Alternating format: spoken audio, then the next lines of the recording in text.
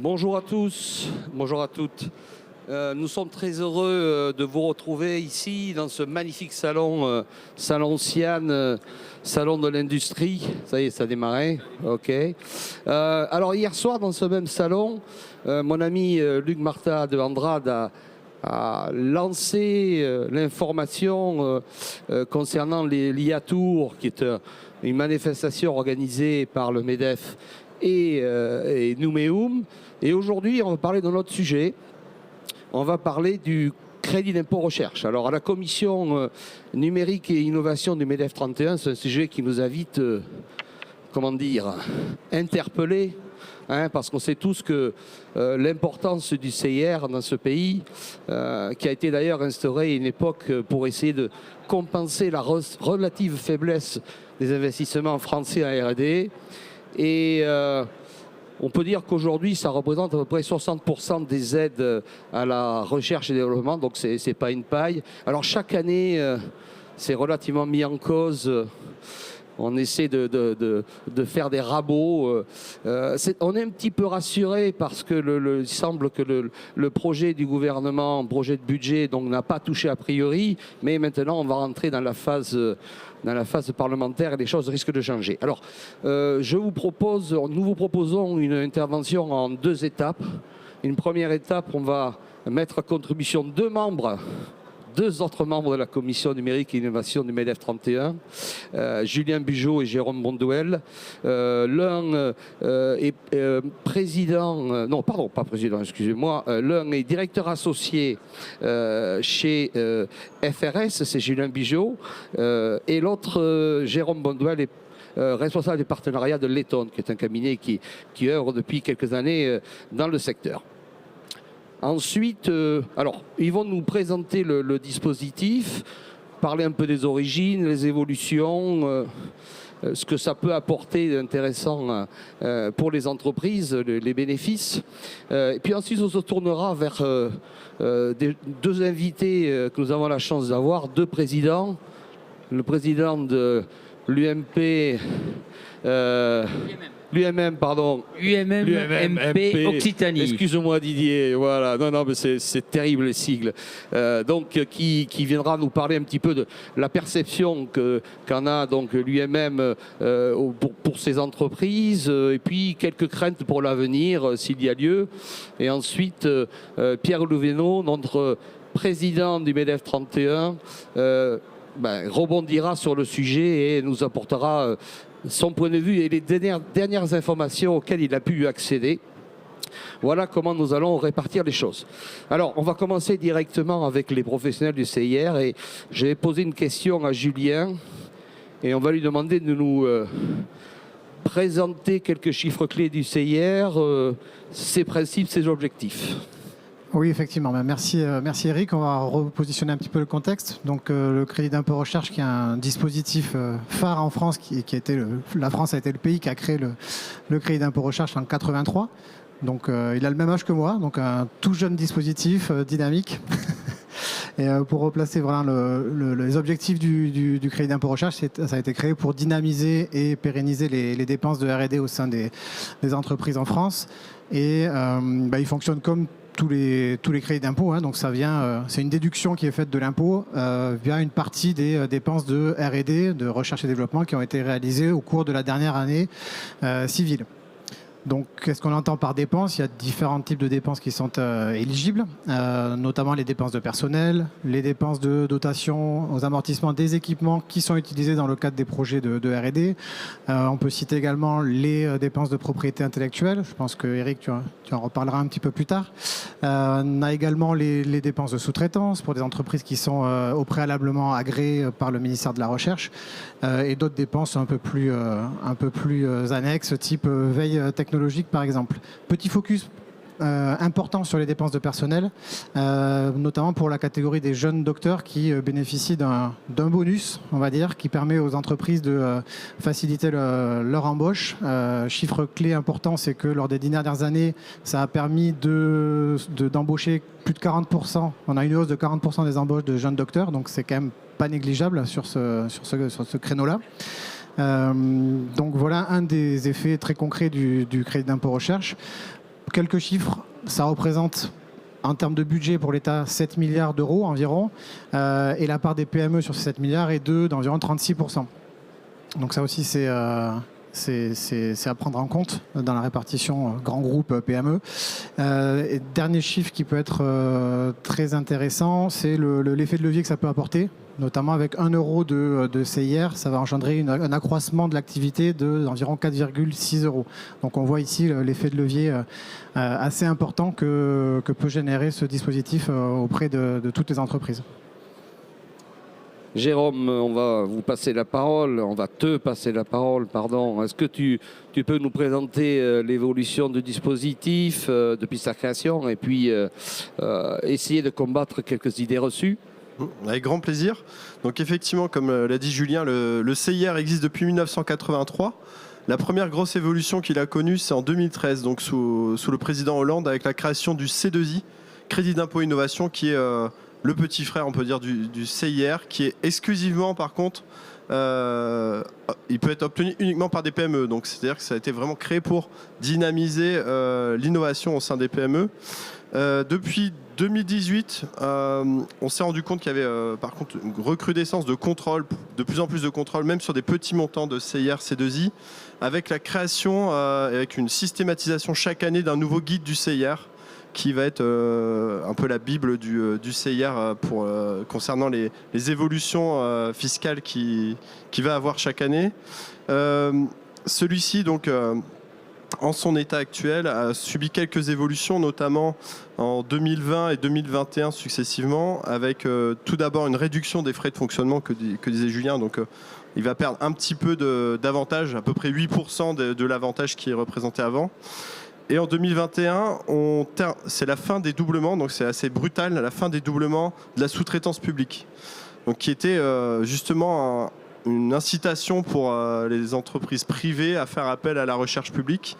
Il a été remplacé par le CICO, Crédit d'impôt collaboratif, qui est, on peut faire un constat maintenant avec un peu de recul, un échec sur malheureusement les peu d'exemples qu'on a vu mettre en place depuis quelques années.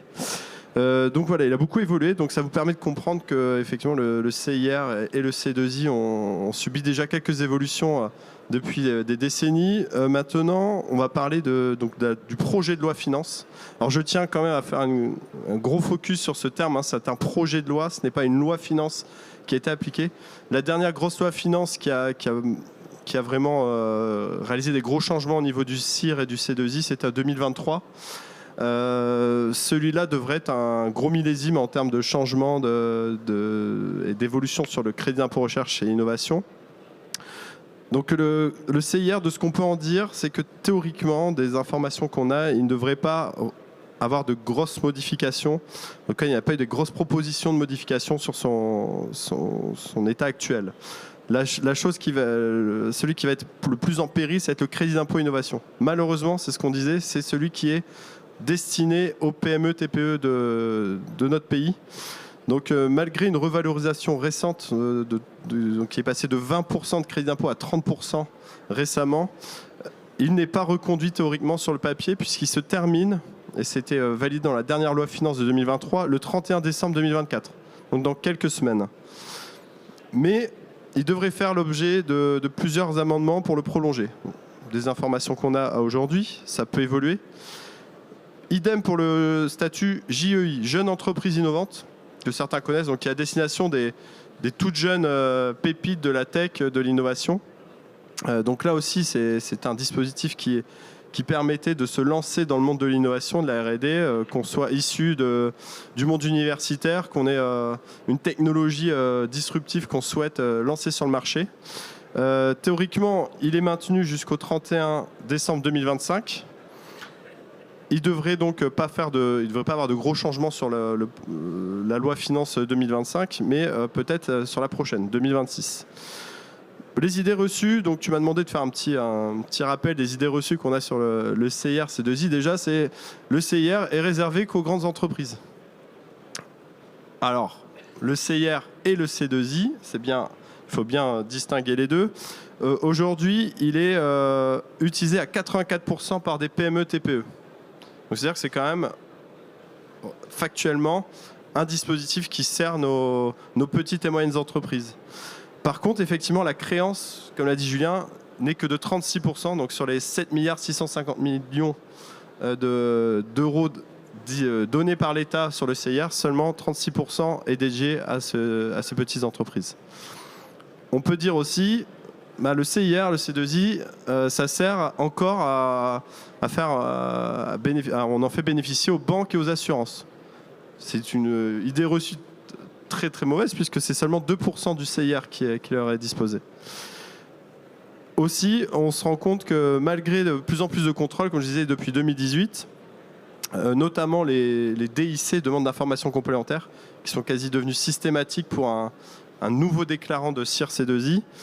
Donc c'est-à-dire que les contrôles sont plus des contrôles inopinés mais systématiques. Ça ne veut pas dire qu'il y a plus de redressement.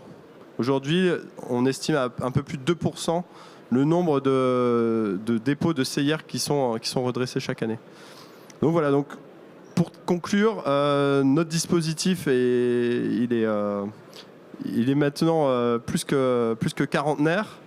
Il a fait ses preuves, c'est aujourd'hui une force pour la France de se distinguer sur un paysage économique européen et mondial très compétitif. Ça permet donc de recruter, comme on disait, des jeunes docteurs, de déposer des brevets. Et on a été, durant toutes ces années, copié par nombreux de nos voisins en Europe, notamment l'Allemagne encore en 2019, qui a clairement fait un copier-coller de notre dispositif, et les pays scandinaves qui s'y intéressent de plus en plus. Donc, voilà, en conclusion, sauvons ce super dispositif. Sauvons le soldat CIR. Mais très clairement, il avait été créé parce qu'on avait fait le constat que la R&D en France, on avait du retard. Les investissements de la R&D par rapport à certains de nos voisins, c'était le but de l'opération. Donc, la légitimité du dispositif coule d'évidence. Hein. Alors, pour rebondir sur ce que tu disais, effectivement, ce que tu disais aussi, Julien, il est vrai que, alors du point de vue de la protection intellectuelle, qui est un sujet effectivement qui me tient à cœur dans mon métier, on sait qu'on a déjà du retard en matière de dépôt de brevets, qui est un actif quand même qui est essentiel pour nos entreprises, particulièrement les industriels, bien sûr. On a déjà du retard. Si on avait dû perdre... Alors, je dis si, rien n'est encore fait parce que maintenant c'est le Parlement qui va parler, mais si on avait retiré du dispositif les dépenses de brevets, je pense que ça aurait eu des conséquences assez dramatiques. Merci de vos contributions, on reviendra vers vous très vraisemblablement plus tard. Maintenant, je voudrais savoir ce que notre ami Didier Casameyer pense de tout ça et surtout son expérience, parce que lui, s'il y a quelqu'un de bien placé pour en parler avec ses responsabilités donc dans la filière. Alors, je rappelle donc président de l'UIMM, c'est l'Union des industries de la métallurgie. Oui. C'est le MP derrière qui perturbe. Bon, c'est pas ta seule casquette, puisque Didier est également directeur des affaires industrielles d'Airbus, donc et médiateur, donc il connaît bien ces sujets-là. Alors on va avoir son avis, et puis peut-être que tu as aussi des informations qui viendraient compléter celles qui nous ont été données. Merci Eric. Premier élément qu'il faut noter, tout ce qui a été dit, j'abonde complètement et j'essaierai de revenir sur certaines thématiques. Aujourd'hui, ce qui est certain, c'est qu'on est dans une difficulté, je pense que Pierre-Olivier rebondira sur cette thématique, on est dans une difficulté qui est réelle. Qu'est-ce qu'on fait sur le budget 2025 par rapport aux contraintes qui sont les nôtres? On les connaît toutes.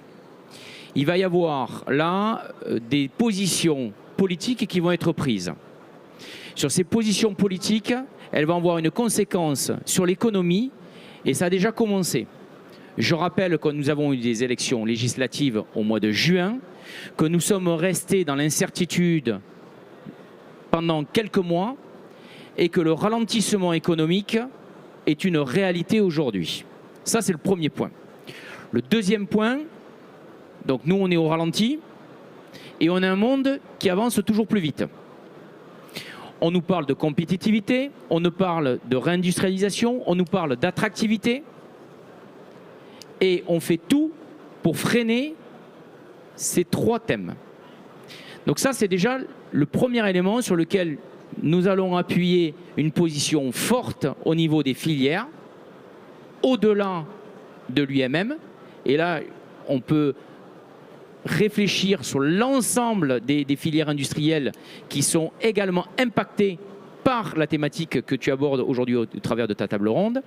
Et on compte également sur les syndicats patronaux pour qu'ils puissent appuyer en disant ne faisons pas l'erreur que nous avons fait il y a quelques mois en éliminant de nos formations académiques les mathématiques qui ont eu des conséquences qu'on ne mesure pas encore en totalité aujourd'hui et ni demain. Donc ces décisions politiques sont des décisions importantes et on en a pour preuve quoi? Je reviens sur un élément important. Une industrie est forte par quoi? Par son savoir-faire et sa technologie. Donc on en revient de suite à la R&D, à la R&T. Nous sommes un petit pays, nous sommes une petite Europe face à des géants qui ont là une capacité financière qui est tout autre par rapport à la nôtre. Ça, c'est le premier constat. Deuxième constat, quand on dit que les entreprises françaises n'investissent pas dans la R&T, faux. Faux. On est passé sur cette thématique de 2,06%, je suis très précis, de PIB en 2007, avant la réforme, à 2,35% aujourd'hui. Donc on voit qu'on a été en pleine croissance. Cette hausse, c'est 8 milliards d'euros supplémentaires. Ça, c'est déjà le premier élément, qui était un élément, je rappelle, imposé par le législateur dans la définition même du CIR. Ça, c'est le premier point. Le deuxième point, la France est hissée au 12e rang mondial les plus innovants en 2022. Alors tu vas me dire, Didier, on est en 2024, c'est vrai que la clôture 2024, elle n'est pas faite, et j'ai des résultats basés sur 2022. Contre, écoutez bien, 22e place en 2011. On a gagné 10 places au niveau du classement international, alors que si on regarde le classement dans les écoles supérieures, etc., on est en repli. Ça veut donc dire quoi? Ça veut donc dire que cet outil qui a pour vocation d'aller chercher de la technologie, d'encourager la recherche, et de la recherche fondamentale, qui va nous positionner sur des secteurs sur lesquels on a été différenciant il y a quelques années. Je pense à la partie énergétique avec le nucléaire, qui a été une de nos forces. Je pense dans un secteur qui est le mien, et vous le savez très bien, j'y suis attaché, l'aéronautique, qui fait qu'aujourd'hui, nous avons là, dans ce monde qui est un monde concurrentiel, une avance technologique par rapport aux solutions que nous proposons. Et quand je vois les enjeux qui sont les nôtres, sur la transformation de nos systèmes industriels, sur la prise en compte de cet environnement beaucoup plus responsable que nous avons, et nous avons des thématiques ce soir sur ce sujet-là au niveau des battles de l'industrie, nous sommes des gens responsables. L'industrie est responsable. L'industrie veut être plus verte, plus responsable vis-à-vis de son écosystème.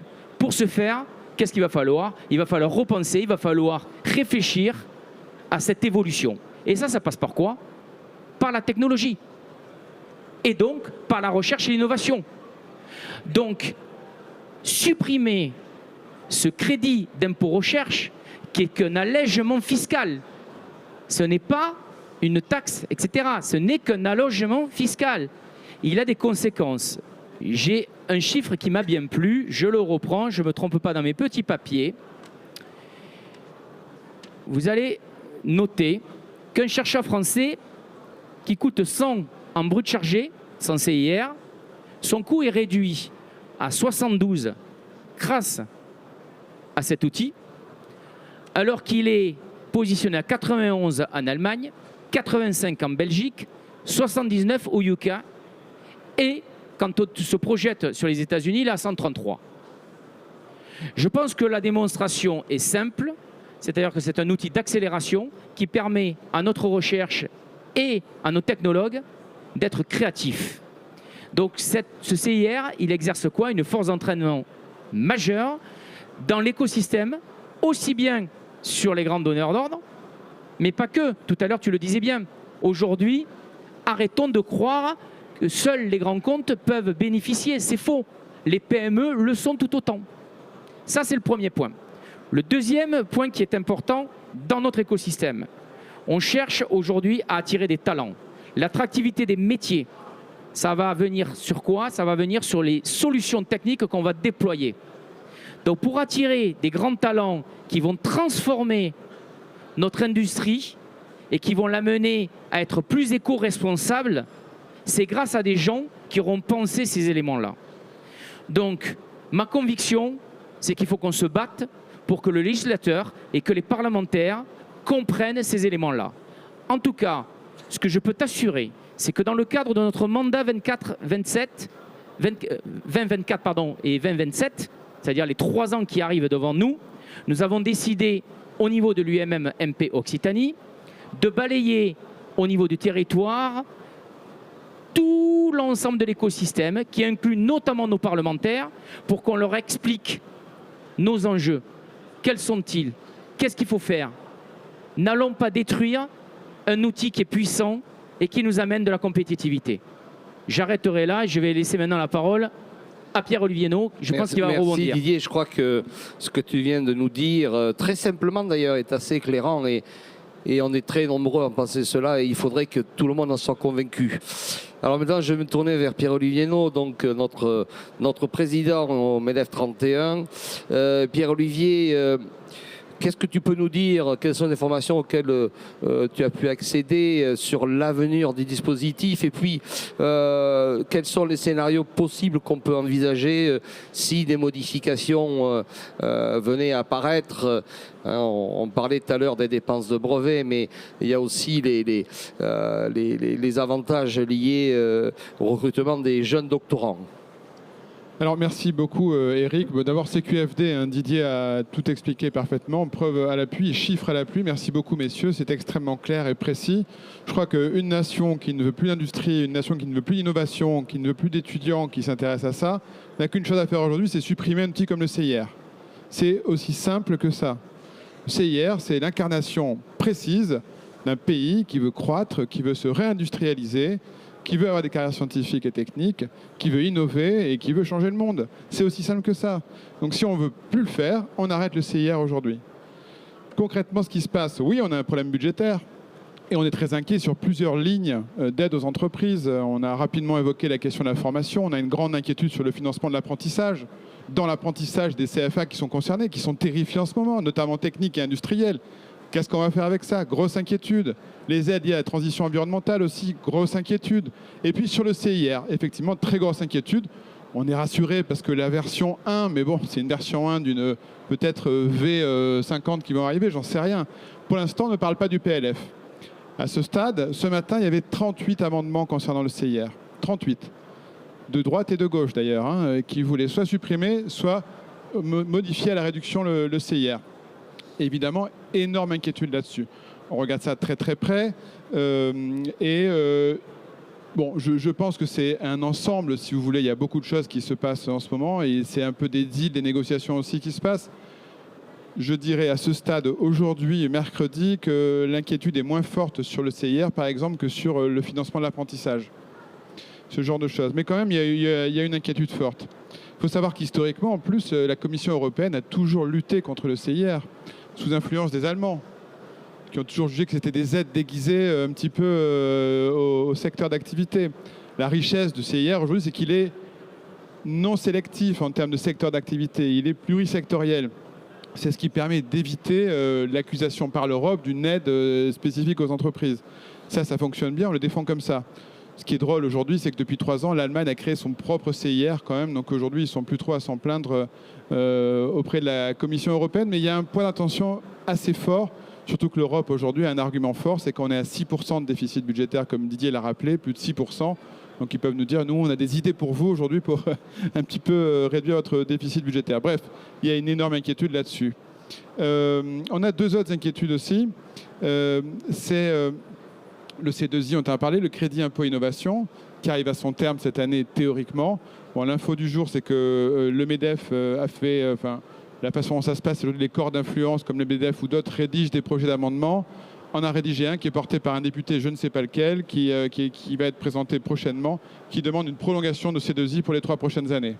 Et là, comme il est très spécifié sur les PME, on a plutôt confiance dans la capacité de cet amendement à aboutir, donc à préserver le C2I. Je ne sais pas dans quelle mesure encore il va l'être, mais enfin, on a aussi un élément d'observation fort. Non, on a eu une mauvaise surprise en parlant de structure d'influence. On a eu une mauvaise surprise, c'est celle, tu as rapidement évoqué le sujet, hein, Jérôme, c'est celle des statuts de jeunes entreprises innovantes. Aujourd'hui, figurez-vous qu'il existe dans ton secteur d'activité un taux d'IS réduit hein, pour le bénéfice des brevets notamment, des licences, hein, à 10%, ce taux d'IS. Figurez-vous que France Digital, pour défendre un petit peu ce statut de jeunes entreprises innovantes, a proposé au gouvernement de raboter le CIR et également d'augmenter ce taux d'IS préférentiel, de le remonter à 15%.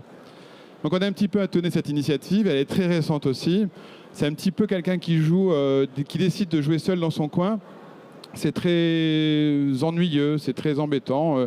Bon, évidemment, on va leur parler, on essaie de faire en sorte que leur fusil change d'épaule, mais c'est pas évident.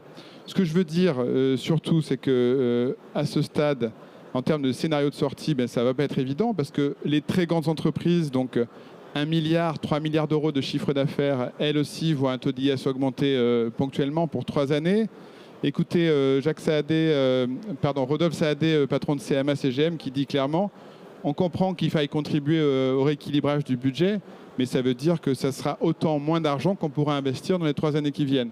Quel retard va prendre la France avec ça ?